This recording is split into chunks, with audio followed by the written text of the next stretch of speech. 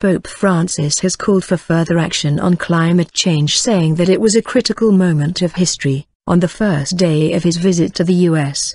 Speaking to a crowd of more than 11,000 people on the White House South Lawn, the pontiff said the problem could no longer be left to a future generation.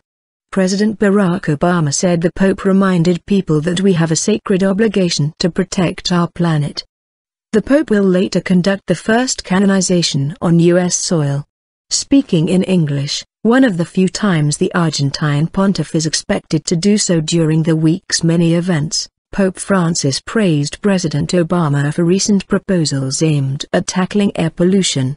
Time remains to make the changes required, but the Pope warned this was a critical moment of history. The morning began with the pontiff emerging from the Apostolic Nunciature, the Holy See's equivalent of an embassy, around 0900 local time, 1400 BST. Clad in his traditional white cassock, Pope Francis spent several minutes greeting well-wishers who had assembled behind temporary fencing in front of the diplomatic complex.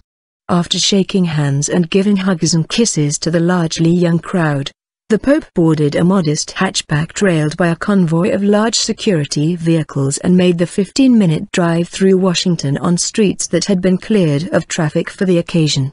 At the White House, large crowds gathered on the South Lawn to greet the pontiff. Officials said over 11,000 tickets had been issued, but noted that the crowd was even larger.